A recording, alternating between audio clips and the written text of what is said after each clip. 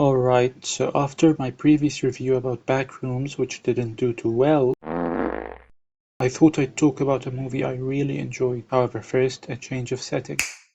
Much better. Now, above all else, the main thing about this movie is that it is self-aware. Now, usually when reviews call a movie self-aware, it's to give light praise in the context of an otherwise bad movie. But here I mean this to give high praise, because what I mean by self-aware here is the following. The movie knows exactly what its goals are and how to best achieve those goals. And thank goodness for that, because I can very easily imagine how a movie with the same exact concept and a very similar story that is not self-aware could be mind-numbingly boring with a different execution. In fact, I'll give you a list of changes that would turn this movie, to me, from a great experience to like a 3 out of 10. 1. If the narrative unfolded in a linear or a semi-linear fashion. 2. If the narrative did unfold in a non-linear fashion but was structured in such a way that made it difficult to follow along. 3. If the cinematography was dull and overly insistent on the grandeur of the characters and the events. 4. If the soundtrack was cookie-cutter manipulative bullshit like you see in pretty much all other sport movies. 5. If the narrative overly villainized certain characters and overly lionized other characters in order to arrive at a comfortable moral lesson for the audience. 6. If the actors did a cringy job delivering the lines. And there you have it, a list of changes around the central premise that would make me want to roll my fucking eyes back into my skull.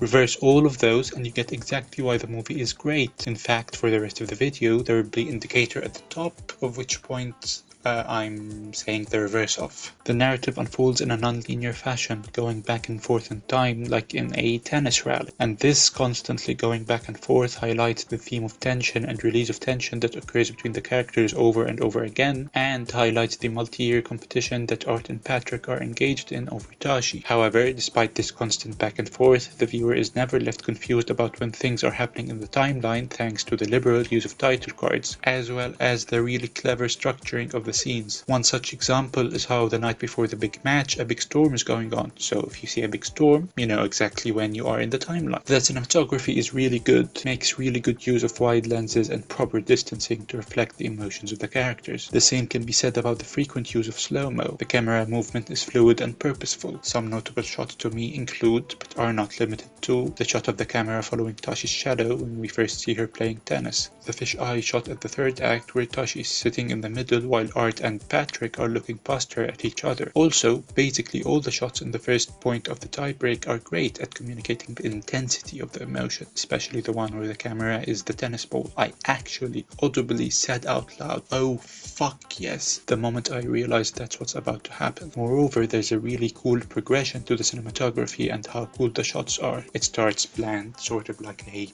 normal tennis match on TV, then gets more interesting with the shot when we are looking at Tashi and not looking at the match going on. Then it gets more interesting with slow-mo, it gets more interesting with first-person shots. Then of course the really cool shot of the three of them at the same time. Then all the cool shots in the tiebreak of the final sets of the players from underneath the court and of the camera being the ball. And this progression makes for a really cool effect of increasing intensity of emotion over the course of the movie. It's cool that they had some restraint in order not to show too much too early. Now, to be honest, the most novel aspect of this movie is the soundtrack. This movie could have very easily had boring cookie-cutter music choices, but it did not. Instead, they experiment with having an almost entirely techno or house type soundtrack to great success.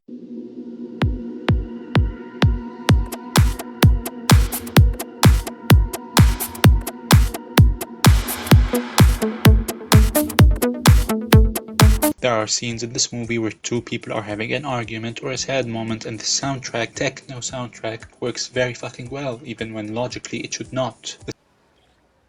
Were you talking about tennis? We're always talking about tennis. Can we not? 1 minute later. I need to be alone, so can I just meet you there? No. What?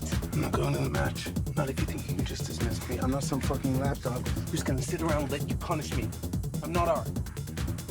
Well, maybe you need someone like that. Someone who's gonna hop on board and be Mr. Tashi Duncan. Is that what you think I want? Yeah. A member of the fan club.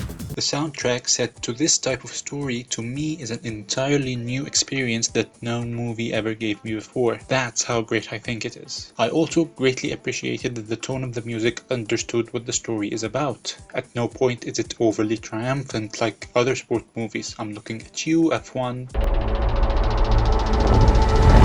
Sonny, you did it! We won! We won!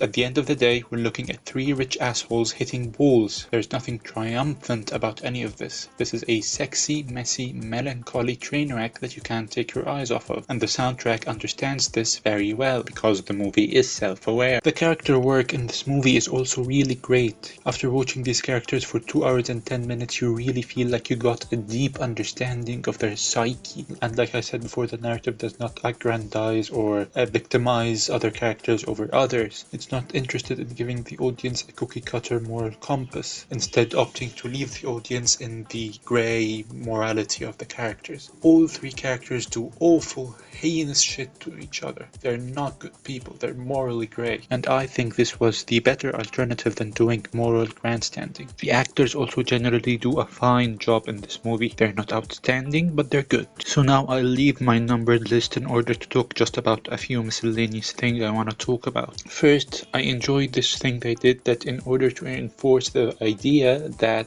them going back and forth in time is to mirror a tennis match, they do this thing a couple of times where a player serves or plays a ball and they immediately cut back to the puck. I also want to talk about a couple of things that were introduced early on in the movie and then reincorporated later on. For example, this thing where Patrick places the ball in the middle of the racket before serving in order to tell Art that he fucked his wife. I remember thinking at the time, oh my god, I did not think this would get reincorporated, and even though I did guess that it would get reincorporated like 10 seconds before it happened, it was still pretty cool. Also, the knee thing where they showed early on how Tashi got injured. Now, it did not catch me off guard that she would get injured because I already expected it. However, I really like how they sort of reincorporate this imagery of knees in the tiebreak of the final set. They use it as a sort of like jump scare almost. Like, I remember when I was watching the tiebreak and the knees showed up on screen, like it actually made me flinch. It actually made me sort of clench my butt, which is fucking amazing. They used knees, they reincorporated knees as jump scares in order to up the tension of the final moment. That's fucking amazing. Like, holy shit, I'm actually sewing out. It's crazy. I also really like how this shot of Art and Patrick on both sides and Zendaya in the middle after the threesome is mirrored in the shot that I talked about before in the final act. It really just serves to reaffirm that both Dennis and their personal life are interconnected to such a degree. Now, there are two things that I didn't really like about the movie. First, some of the dialogue was a bit corny or cringe.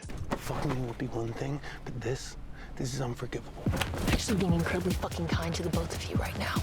Okay? I'm taking such good care of my little white boys. No fucking way.